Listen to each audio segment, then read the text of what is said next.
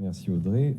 On va maintenant essayer d'illustrer un peu les propos avec Stéphane Pointès qui est là. Et l'idée, c'est de vous montrer un petit peu quelques exemples, la manière dont on a essayé de réfléchir. Je ne dis pas qu'on a forcément bien réfléchi, mais en tout cas, on a essayé. Et de vous montrer quelques dossiers cliniques de fractures sur scoliose et pour essayer d'en tirer un peu quelques éléments potentiels de prise en charge. Vous avez ici l'exemple d'une patiente donc de 36 ans qui a été suivie pour cette petite déformation. Ça, c'est des radios que l'on a retrouvées a posteriori. Elle avait vraiment une déformation assez modeste et elle a eu un accident de la voie publique, un gros accident, grosse douleur lombaire, mais on dit rien, on serre les dents, on habite à la campagne, on fait rien. Pas d'exploration, pas de radio, rien, pas de traitement. Et du coup, on la voit finalement 2 ans après l'accident avec mal au dos.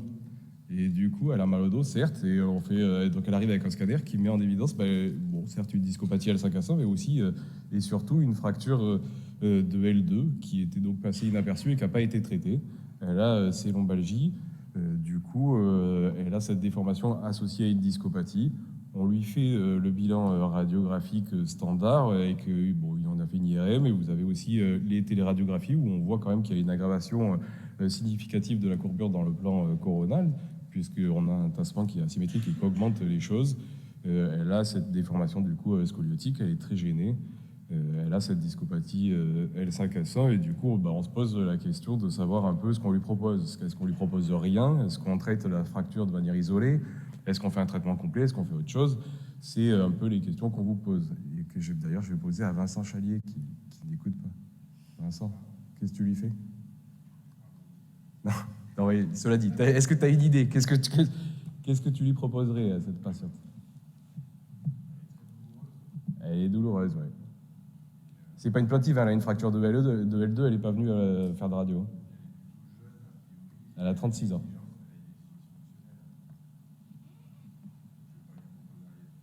Non, certes.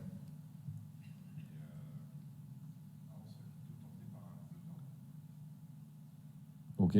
Et dans ce cas, tu fais quoi? Tu traites alors que la scoliose? Que la fracture, pardon.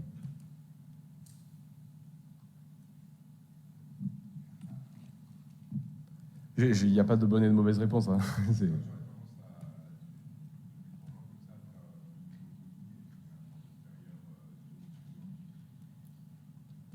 Ouais. Okay. Et du coup, tu laisses la discopathie 5 ans tranquille. D'accord. Ça va. Bon, nous, on a pris le parti, du coup, chez elle, de traiter la déformation d'emblée avec une fixation postérieure. Effectivement, tout se discute, hein, mais là, on avait pris cette décision-là parce que, du coup, il y avait tout ce problème de lombalgie qui était largement aggravé. Un deuxième exemple d'un patient de 25 ans, un patient qui est habitué de nos services, et notamment de nos services de réanimation, il cumule les polytraumatismes, c'est assez original, mais pourquoi pas. Donc celui-ci en 2017, et se présente avec une fracture de T12 sur une déformation scoliotique thoracique. Il a une authentique fracture, et du coup, il n'est pas déficitaire, il est en réa pour un polytrauma, mais sinon, globalement, il est opérable, quoi. Est-ce que du coup vous avez le scanner et l'IRM? Est-ce que quelqu'un veut donner son avis? Qu'est-ce qu'il propose? Qu'est-ce qu'on fait? Oui, alors il n'y a pas de radio, il est en réa pour un polytrauma. Hein. On a une jolie reconstruction 3D, on a un scan et on a une IRM. Mais on n'a pas poussé le vis à lui faire un EOS, pour être tout à fait honnête. Est-ce que quelqu'un a une idée? Bon, chez lui, on a décidé de traiter donc du coup la fracture, hein, de partir dans l'idée de stabiliser la lésion pour pas mal d'éléments, mais aussi parce que le fait qu'il était sur un contexte de polytrauma, donc on a fait une fixation percutanée, l'idée de traiter vraiment d'un point de vue focal la lésion, avec le fait que, comme l'a dit Maxime, du coup la charnière thoracolombaire, il faut corriger et il faut faire solide, donc dans un deuxième temps, une reconstruction corporeale. Il s'est remis gentiment de son polytraumatisme, les choses allaient plutôt bien. Donc du coup, à ce moment-là, on a pu lui faire un EOS quand même. 3 ans après, puisqu'après il a eu un autre polytrauma, du coup on a réussi à remettre la main dessus et du coup on a pu faire cet EOS qui montre donc une évolutivité avec une déformation qui a tendance à l'aggravation avec des douleurs.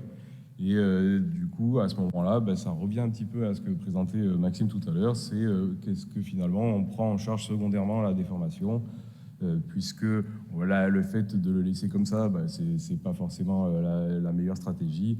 Nous, on a pris du coup le parti de faire une correction de la déformation complète avec une fixation postérieure en enlevant le matériel percutané. Et là, vous avez le résultat, puisqu'après, il a arrêté les polytraumatismes, mais il est quand même finalement revenu à la consulte. Donc, vous avez ici le résultat. Voilà, Stéphane va vous montrer encore d'autres cas. Okay.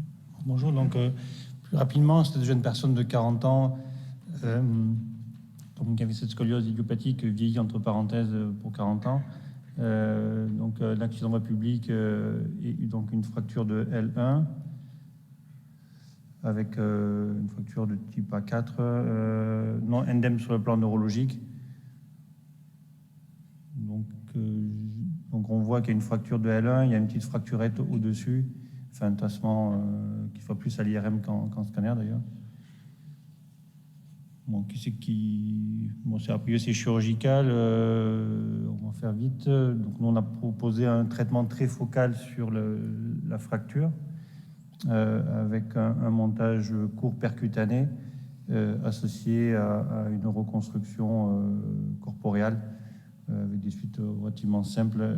Normalement, une personne il va va m'entendre bien. aussi. Je ne sais pas si tu reçois mon signal. Un autre cas qui pose plus de problèmes, c'est une jeune fille de 17 ans qui a chuté en quad, qui était connue porteuse d'une scoliose dite à faible angulation. Il n'y a pas de cliché avant, elle a fait une radio plus jeune, elle n'avait jamais porté de corset pour des raisons personnelles. Ouais. Donc accident, fracture thoracique, opérée Sorry, just got your note testing of the audio, okay? Là, oui, j'ai entendu. Accident, I heard you. avec un montage un peu asymétrique pour des problèmes techniques pour moi liés à la visée pédiculaire, liés à la déformation.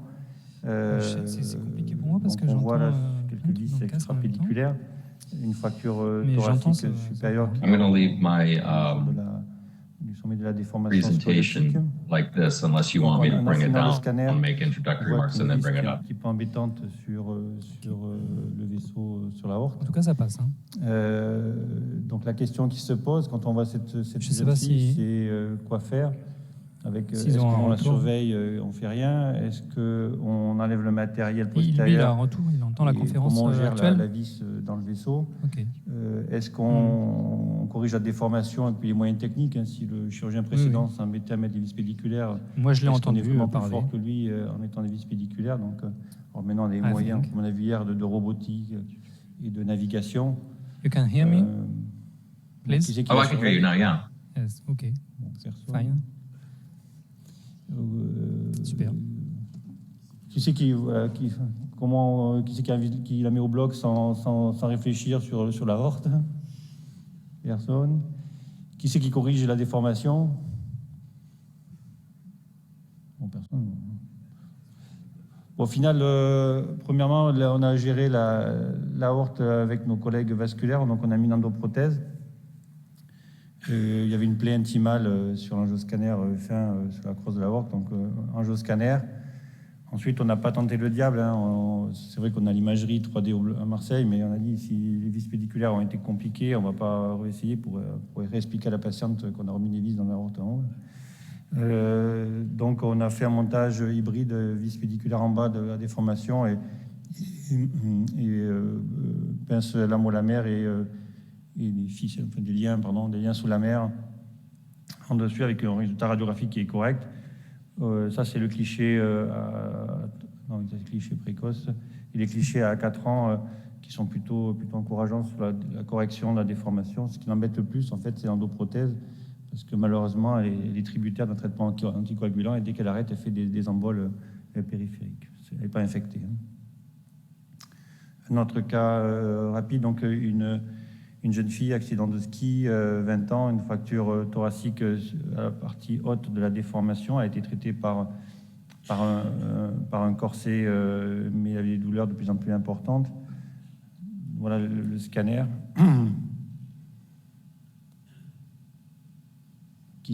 Donc les questions, c'est on continue le corset, on traite de façon isolée par une augmentation vertébrale la vertèbre ou on fait un traitement complet à déformation. Qui c'est qui fait un traitement isolé? Malheureusement, oui, il y avait là.